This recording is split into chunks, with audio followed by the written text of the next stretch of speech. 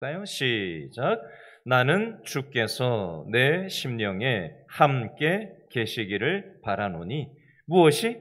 은혜가 너희와 함께 있을지어다. 아멘. 제가 지난주에 저희 이모님하고 전화 통화했다는 얘기를 지난 주일 설교 때 했던 것 같아요.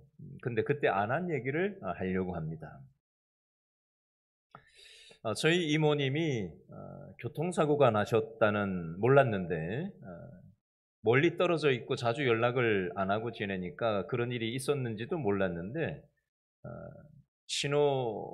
교통사고가 났대요. 교통사고가 나가지고 병원 가서 이것저것 이제 검사를 했을 거 아니에요. 이것도 찍어봐라, 저것도 찍어야 된다고 해서 머리 사진을 찍게 됐답니다. 근데 머리 사진을 찍다가 뇌 쪽에 문제가 있는 것을 그 바람에 발견을 하게 됐다는 거예요. 그래서 뇌 수술을 하게 됐다라는 얘기를 저한테 하셨어요. 그러면서 저한테 이렇게 얘기하시더라고요.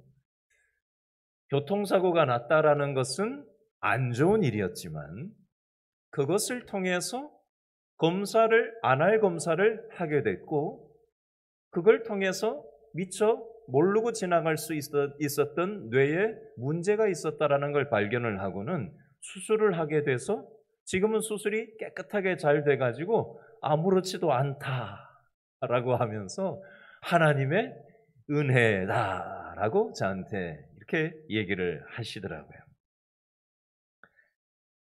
여러분, 우리는 살아가면서 우리가 몰라서 그렇지 우리도 모르는 사이에 얼마나 많은 인생의 위기를 우리가 넘기면서 살아가고 있는지 모릅니다. 저도 가만히 생각을 해봤어요. 저도 가만히 생각을 해보니까 죽을 고비를 여러 번 넘겼더라고요. 물에 빠져서 죽을 뻔한 적이 몇 번 있었어요, 제가. 물에 빠져서 죽을 뻔한 적도 정만 해도 몇 번이 있었고요. 한 번은 20살 때였나요? 교회 수련회를 가는데 고속도로가 오늘처럼 눈이 많이 내리는 그런 날이었는데 겨울 수련회로 교회 승합차를 타고 고속도로를 쫙 달리는데 앞에 차가 쫙 막혀 있는 거예요.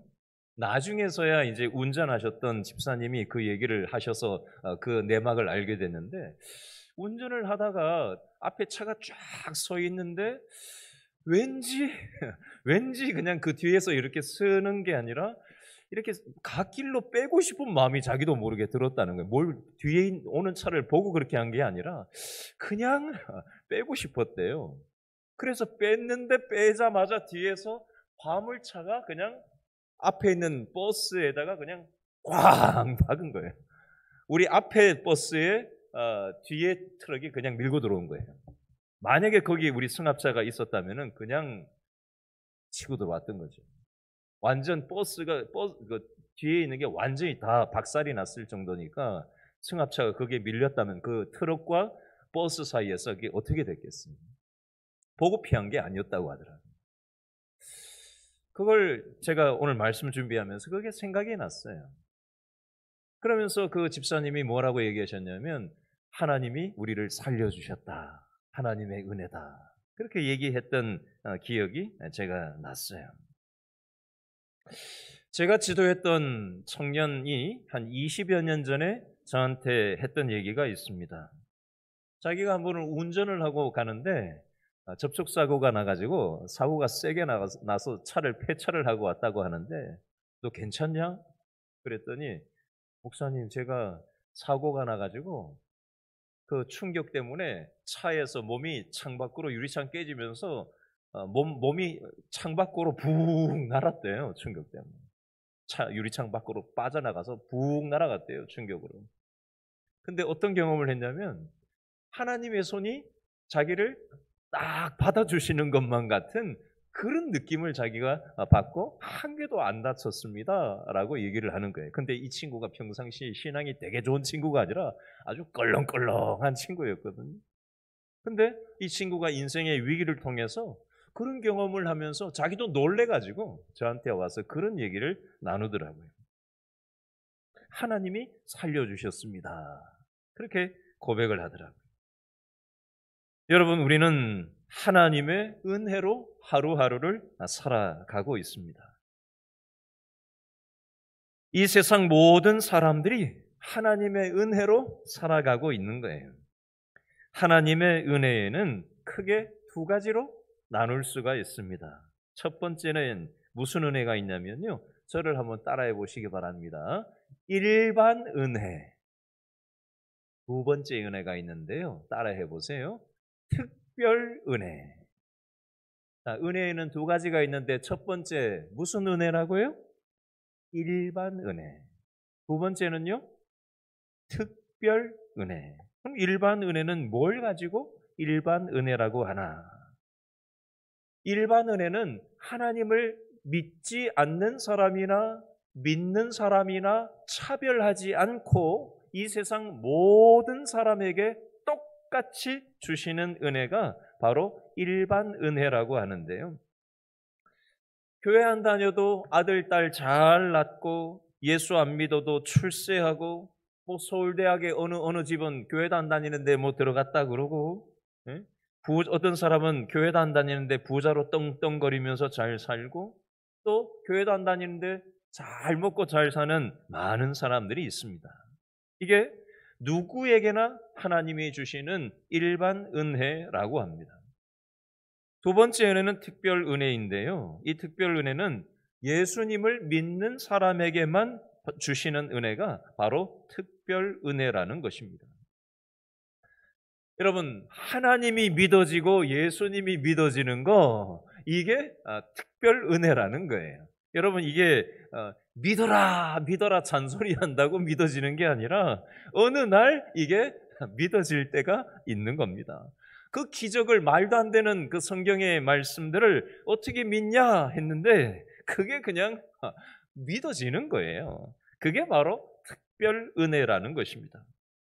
오늘 아까 박병수 목사님 찬양 인도하다가 그런 멘트를 아까 하시더라고요. 오늘 안 와도 되는 이 금요일 날 우리가 오늘 나와서 예배를 드리는데 이 예배 드릴 때 우리가 하나님 만나야 되지 않겠냐. 그런 요지로 아까 기도 제목을 던지면서 같이 기도하면서 준비합시다. 찬양하다 말고 아까 같이 기도를 아까 하는 얘기를 하더라고요. 여러분, 오늘 같이 이런 금요일 날 밤 이 황금 같은 시간에 우리가 하나님께 예배드리고 싶은 마음 주신 거 이게 바로 하나님의 은혜가 아니고서는 어찌 우리가 이 자리에 오늘 있을 수 있겠습니까? 여러분, 헬렌 켈러 여러분 책에서 많이 듣고 들어본 적이 있으실 텐데요. 눈도 보이지 않고 사람이 눈만 안 보여도 얼마나 힘들겠어요. 우리 교회도 시각장애인 부부가 집사님들이 교회 다니시는 분들이 계신데요. 근데 이 헬렌 켈러는 눈만 안 보인 게 아니고 귀도 안 들렸어요. 청력도 없었어요. 그리고 말도 하지 못했습니다. 이걸 삼중장애인이라고 하는데요. 삼중장애.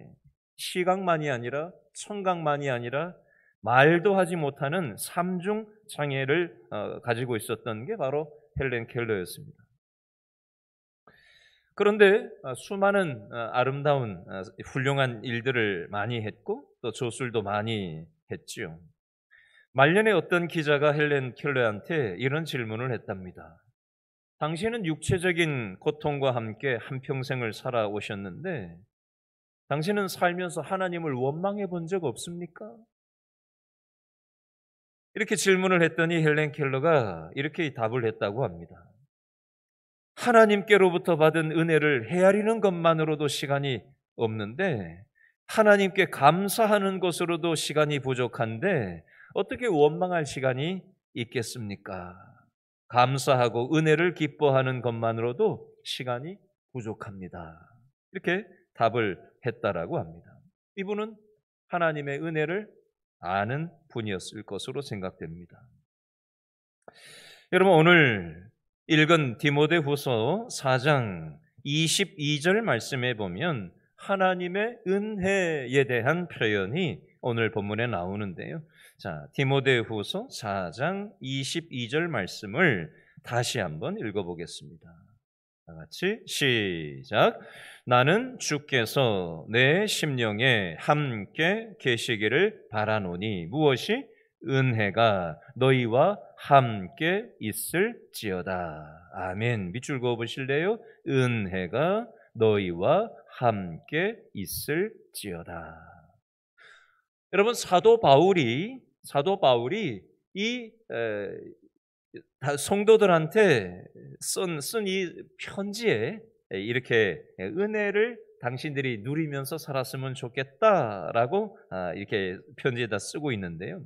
사도 바울은 항상 편지를 쓸 때마다 이렇게 은혜가 당신들에게 있었으면 좋겠습니다. 이 말을 계속해서 하고 있어요. 신약 성경에 많은 편지를 사도 바울이 기록을 했는데요.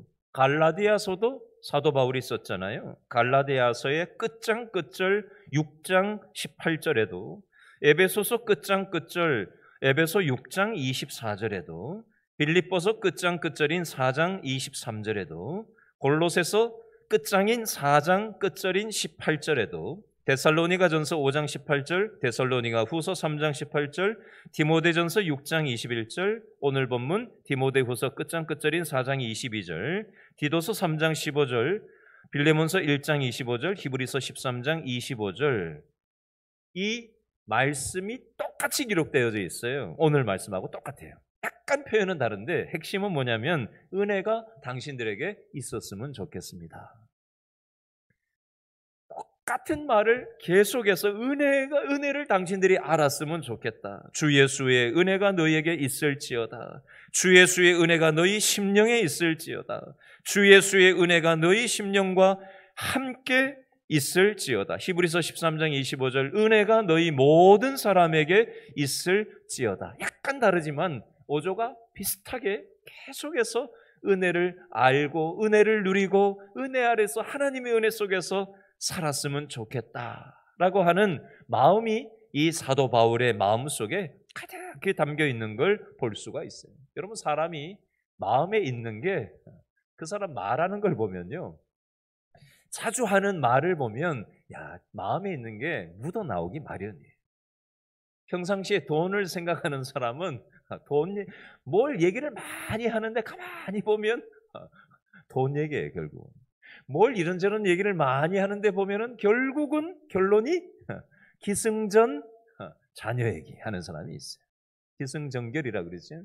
뭐 이런저런 얘기를 하는데 결국은 자녀 얘기로 가는 사람이 있고, 결국은 돈 얘기로 가는 사람이 있고, 결국은 취미 생활로 가는 사람이 있고, 사도 바울은 결국은 하나님의 은혜를 얘기를 하고 있더라는 겁니다.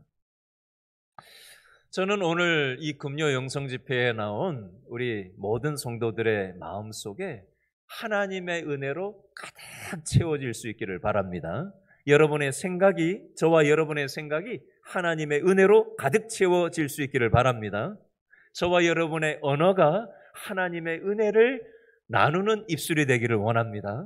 저와 여러분의 가정이, 또 자녀들이 하나님의 은혜를 아는 가정과 자녀가 될 수 있기를 바랍니다. 우리가 손대는 걸 통해서, 우리의 손길을 통해서 하나님의 은혜가 흘러가는 은혜의 손길이 될 수 있기를 바랍니다. 여러분, 은혜 받은 성도하고 은혜를 모르는 성도가 차이가 있어요. 은혜를 받으면 어떻게 되느냐? 4가지로 정리할 건데요. 저를 한번 따라 하시죠. 은혜를 받으면 회개가 나옵니다. 은혜를 받으면 뭐가 나온다고요? 회개가 나와요. 은혜를 받으면 자기가 얼마나 죄인인지 깨달아지게 됩니다. 은혜를 받기 전에는 내가 죄인인 게 깨달아지지가 않아요. 나는 자신감을 가지고 그냥 내가 잘났다, 내 똥이 굵다, 뭐 이런 어떤 마음으로 그렇게 자기 자신을 자의식을 가집니다. 근데 은혜를 받으면 자기의 죄가 보이게 돼요. 내가 얼마나 부족한 사람인지, 내가 얼마나 비양심적인지, 내가 얼마나 부패한 사람인지, 내가 얼마나 악독한 사람인지, 내가 얼마나 교만한 사람인지, 내가 얼마나 하나님 뜻대로 순종하지 못하는 사람인지 하나님께서 깨닫게 하시고 보여주시고 느껴지게 해주셔요. 제가 하나님을 군대 갔다 와서 하나님 살아계시면 믿고 아니면 정리하려고 했던 사람이 바로 저입니다. 아버지가 장로님이고 어머니가 권사님이기 때문에 교회 나가는 거는 너무 바보 같잖아요. 이제 20대 청년인데 군대까지 갔다 왔는데 억지로 가는 건 아니잖아요. 확실해야 가고 확실하지 않으면 안 가야 되는 거 아니에요? 그런 마음이 제 마음이었는데 어찌하여 하나님이 믿어지기 시작한 거예요. 그러면서 하나님의 은혜를 제가 깨닫고 나니까 기도 제목을 내라고 하는데 항상 제가 한 가지 기도 제목을 한 6개월 동안 항상 기도해 달라고 하는 유일한 기도 제목이 하나 있었는데 그게 무슨 기도 제목이냐면 죽은 개 같은 마음을 달라고 이렇게 맨날 기도 제목을 냈어요. 죽은 개 같은 마음. 성경 읽다 보니까 죽은 개 같은 마음이라는 표현이 나오더라고요. 내 자아를 드러내는 그런 마음이 아니라 하나님 앞에서 아무것도 아닌 존재인 그 죽은 개 같은 마음이 내 안에 계속해서 있어야 되겠다. 그런 어떤 내 죄와 허물을 보는 마음이 강화되니까 제 자신에 대해서 그런 어떤 자의식이 생기더라고요. 설교를 듣다가 하나님께서 깨닫게 하시는 은혜를 주십니다.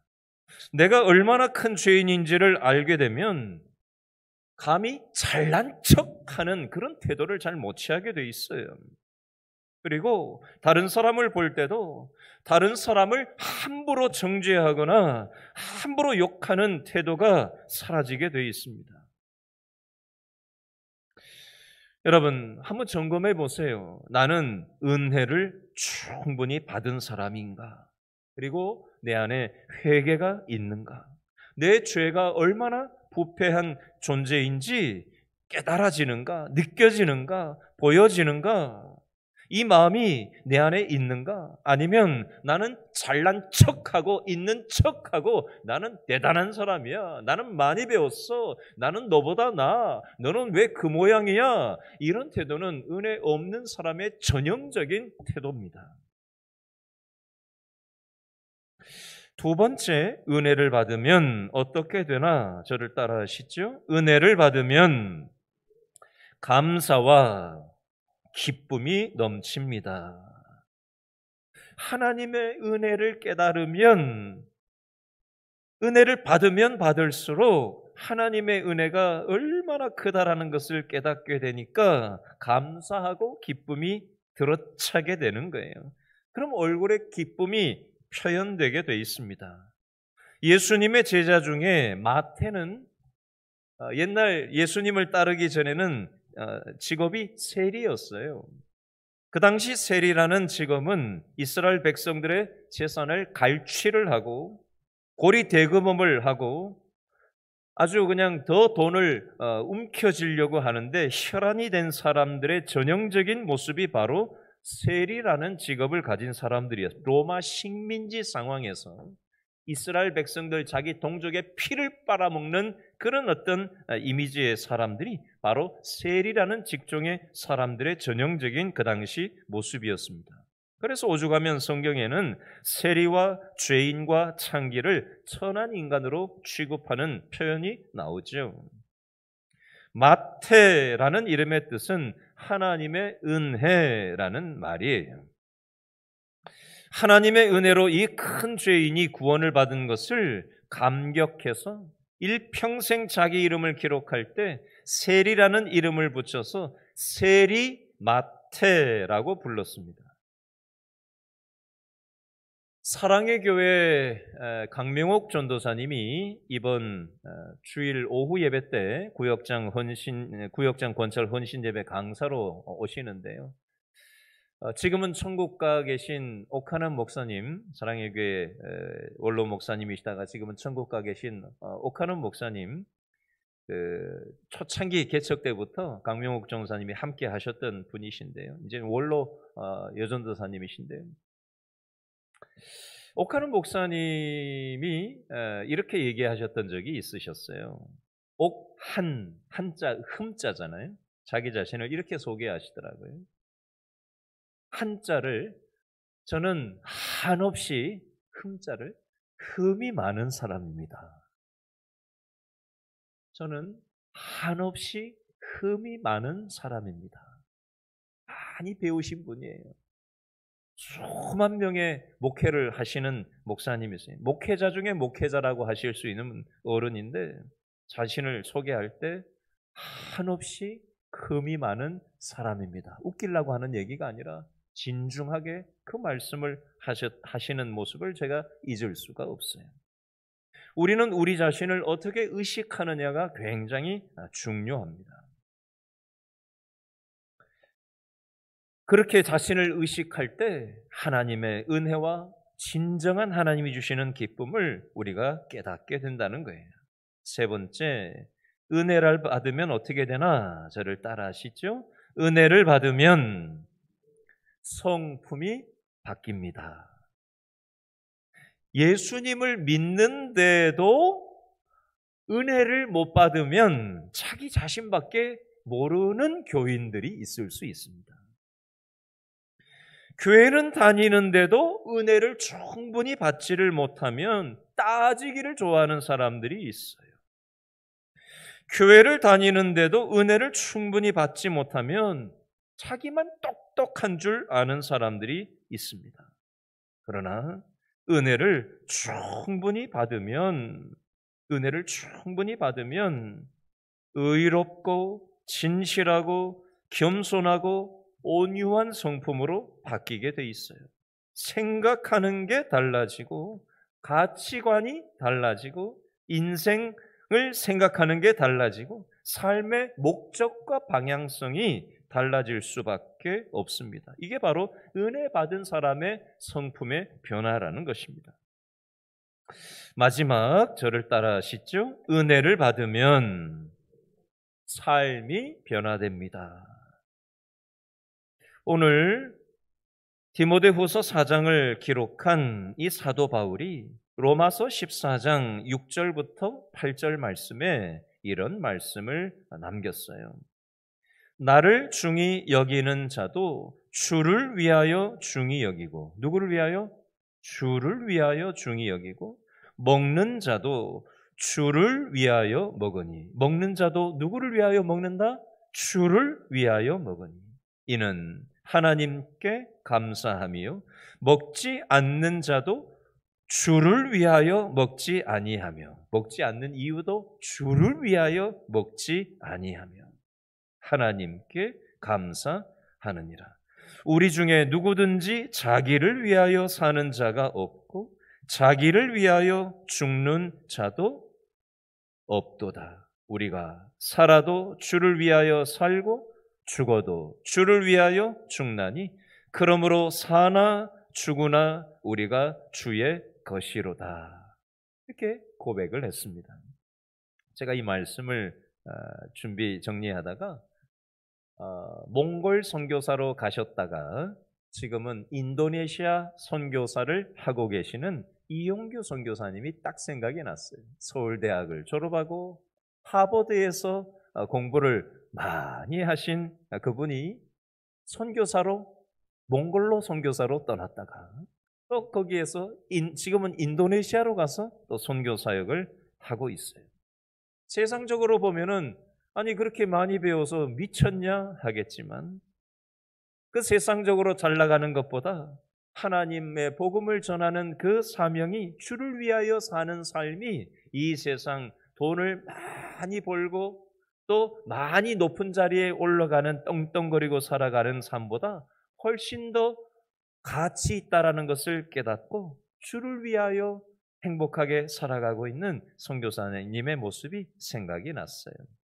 여러분, 우리가 얼마나 오래 살았느냐, 어떻게 살았느냐, 예수 믿은 지 얼마나 오래되었느냐 보다 더 중요한 게 있어요. 그건 바로 뭐냐면 우리가 하나님 안에서 우리의 성품이, 우리의 삶이 얼마나 변화되었느냐, 하나님께서는 이걸 찾고 보시고 계시다라는 사실입니다. 제가 오늘 점심을 먹고 길동역 옆에 있는 다이소에 잠깐 다녀왔어요. 뭘 사러 갔었냐면 숫자로 된 게 뭐가 없나 하고 한 바퀴를 이렇게 돌아보다 보니까 숫자로 된 게 있어가지고 그걸 제가 사왔어요. 이거 뭘 하려고 사왔느냐면요, 제 책상 그 옆에다 놔두고 제가 앞으로 제가 몇 살까지 살지는 저는 몰라요. 그런데 일단 요즘 100세까지 많이 사니까 100세를 딱 기준점으로 놓고 내가 며칠 앞으로 남았나 그 숫자를 표시를 해놓고 맨날 그걸 바꾸려고 해요. 그러면서 뭐 그 전에 훨씬 전에 데려가실 수도 있겠지만 제가 유한한 존재를, 그 숫자의 흐름을, 작아지는 숫자를 보면서 제가 얼마나 유한한 존재라는 것을 인식하고자 하는 제 나름으로의 자구책입니다. 저는 더 많이 살고자 하는 그런 어떤 의도보다 그걸 그렇게 굳이 하려고 하는, 뭐 그렇게까지 할 필요가 뭐 있나 하시겠지만, 그걸 통해서 제가 얼마나 유한한 존재인지를 날마다 인식하기 위해서 그렇게 굳이 이걸 하려고 하는 겁니다. 여러분, 우리는 천년만년 영원히 이 땅에서 살지 않습니다. 이 땅에 남은 삶을 우리가 의미 있고 가치 있게 살아가는 것은 하나님의 은혜를 우리가 알고 하나님의 은혜 통로로 우리가 살아갈 때 우리의 삶이 진정한 기쁨과 진정한 행복 안에서 축복의 통로로 우리가 살아가게 될 것입니다. 오늘 이 밤에 하나님의 은혜를 구하며 기도하는 이 시간이 되었으면 좋겠어요.